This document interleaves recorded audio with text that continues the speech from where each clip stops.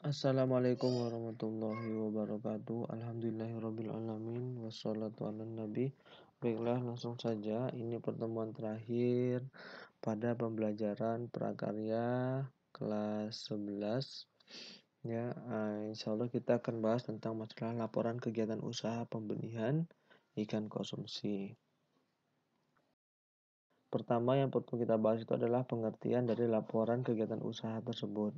Nah, perlu kita pahami pengertian laporan ini adalah segala sesuatu baik itu peristiwa ataupun kegiatan dilaporkan dan dapat berbentuk lisan ataupun tulisan berdasarkan fakta atau peristiwa yang terjadi. Nah, jenis dari laporan ini dapat kita bedakan menjadi laporan perjalanan maupun laporan penelitian. Laporan perjalanan ini bisa dikatakan adalah laporan dalam proses selama terjadinya kegiatan ini gitu dari awal sampai akhir.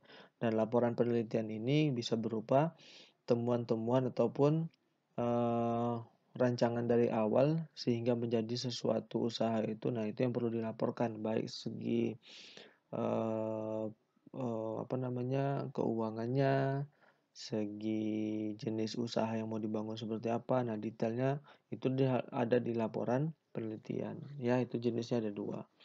Nah, kemudian laporan perjalanan ini tadi saya sampaikan ya, ini definisi adalah cerita tentang perjalanan yang kita lakukan dan termasuk laporan non formal karena tidak menggunakan sistematika standar laporan resmi. Jadi laporan perjalanan ini dia tidak formal.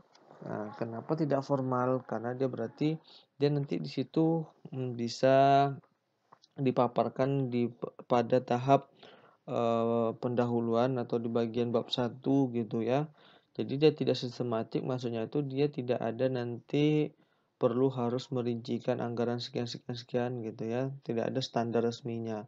Nah, jadi perlu disebutkan dalam sebuah laporan tapi tidak dalam bentuk formal. Artinya masih bisa di latar belakang ataupun di bab pendahuluan bisa diceritakan di situ laporan perjalanan. Kemudian laporan ini ada lagi yang perlu kita bahas yaitu manfaat laporan kegiatan usaha.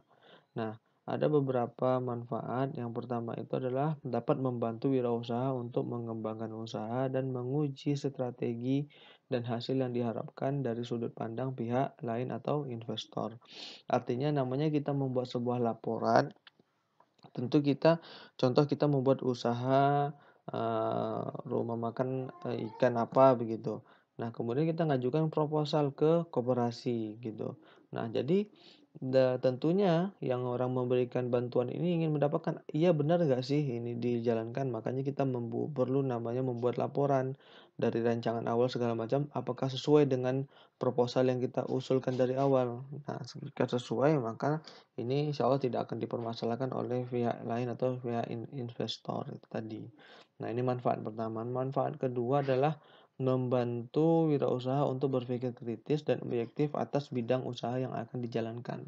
Nah, tentu saja ketika ada laporan itu tentu ada di sana detail-detail baik keuntungan, baik maupun perjalanan. Nah, dengan adanya itu kita mengetahui oh ini untung, ini rugi, wah ini untung sekali. Nah, artinya nanti akan membangun pemikiran kritis sehingga akan terus berkembang gitu ataupun akan terus berjalan lah usahanya itu nanti. Kemudian yang ketiga ada sebagai alat komunikasi memaparkan dan meyakinkan gagasan kepada pihak lain.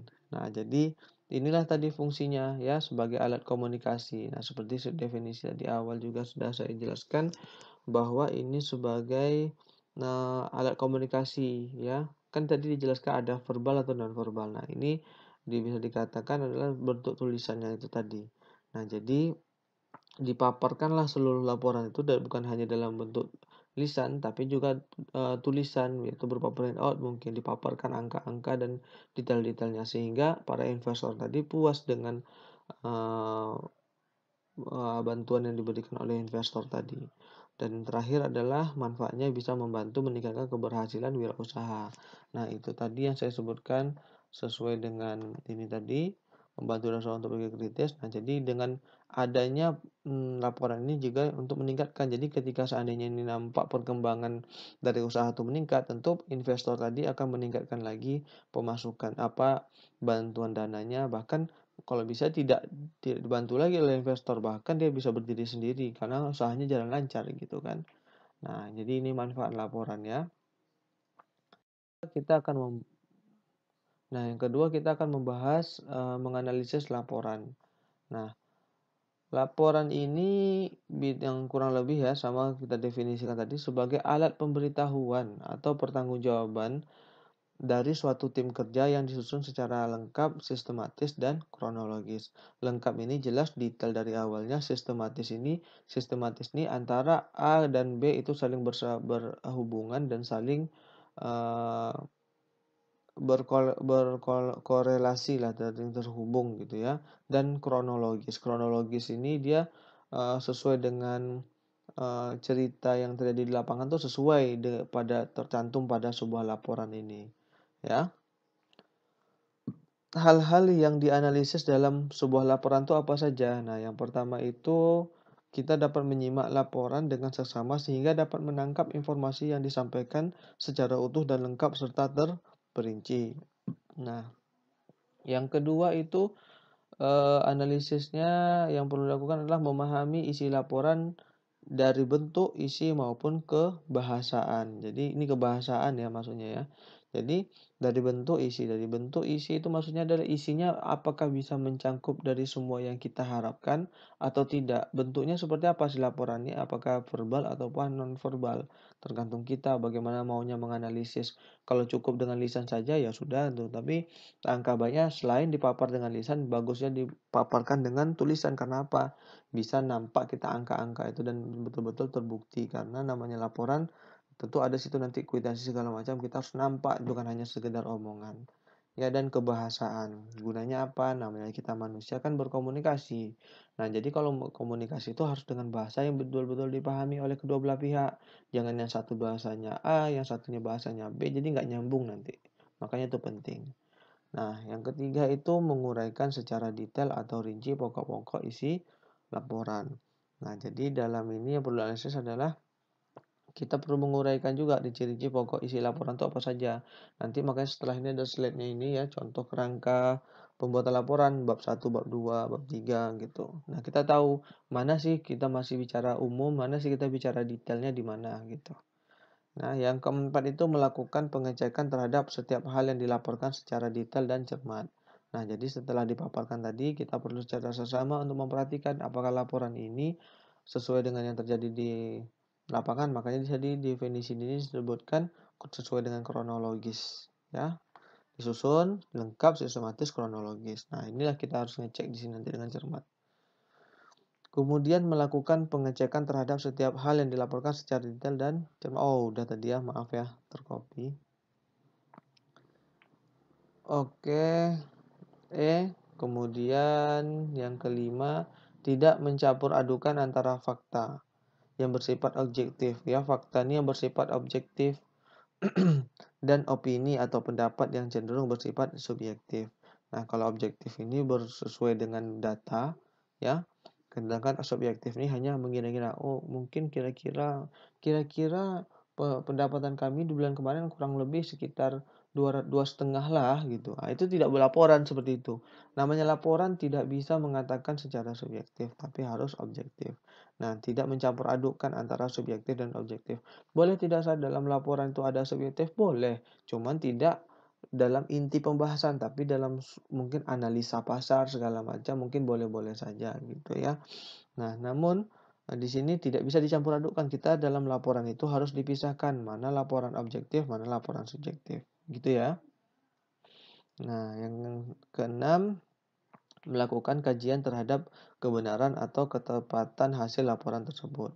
Nah, laporan itu kan berisi tentang niat awalnya apa sih laporan, kira-kira seperti ini planningnya. Nah, pada akhirnya itu adalah kita menguji apakah sesuai dengan rencana awal dan apakah output yang diinginkan itu sesuai juga dengan rencana awal. Nah, diujilah di sini pada laporan ini tadi melakukan kajian ya, dikaji. Oh, gini gini gitu. Apakah di situ ada rekayasa angka apakah itu ada hanya rekayasa laporan?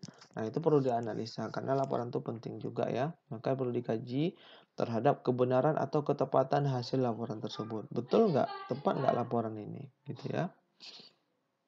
Nah, terakhir memberikan suatu pandangan atau pendapat terhadap laporan berdasarkan suatu teori atau definisi. Nah, jadi ini tahap akhir lagi, yang paling akhir sekali yaitu kita memberi pandangan. Setelah dipaparkan, setelah dilaporkan, nah, maka selanjutnya kita beri sebuah pandangan sehingga laporan ini betul-betul dapat dipertanggungjawabkan sesuai dengan definisi awal, dapat dipertanggungjawabkan, ya, laporan ini dan diakui oleh dan disepakati oleh bersama, gitu ya. Dan ini maksud dari yang terakhir ini, memberi pandangan atau pendapat.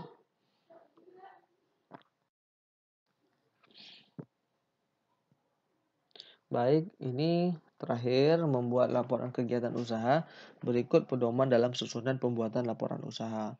Nah, ada halaman judul. Ini susunannya ya, kerangka susunannya. Jadi tinggal mengikuti saja kalau buat laporan tuh. Pertama ada halaman judul. Kemudian atau ibaratnya cover lah bahasa kitanya. Di buku juga ada ya, lihat. Nah, susunannya ada kata pengantar, halaman pengesahan, daftar isi, daftar tabel, daftar gambar, daftar lampiran. Bab pendahuluan, bab 1. Nah, disinilah kita masih bicara pendahuluan. Di dalam pendahuluan itu ada apa saja. Kita bicara latar belakang, belum inti. Kita masih bicara bagian depannya. Nah, tinjauan umum, bab 2. Tinjauan umum ini kita melihat kira-kira di lapangan itu seperti apa. Nah, disinilah diceritakan. Ya, baik aspek manajemen usaha, dalam mengatur usaha, dalam aspek produksi, dalam menghasilkan. Kemudian aspek permodalan, dari mana sumber modal segala macam. Nah, dari sini.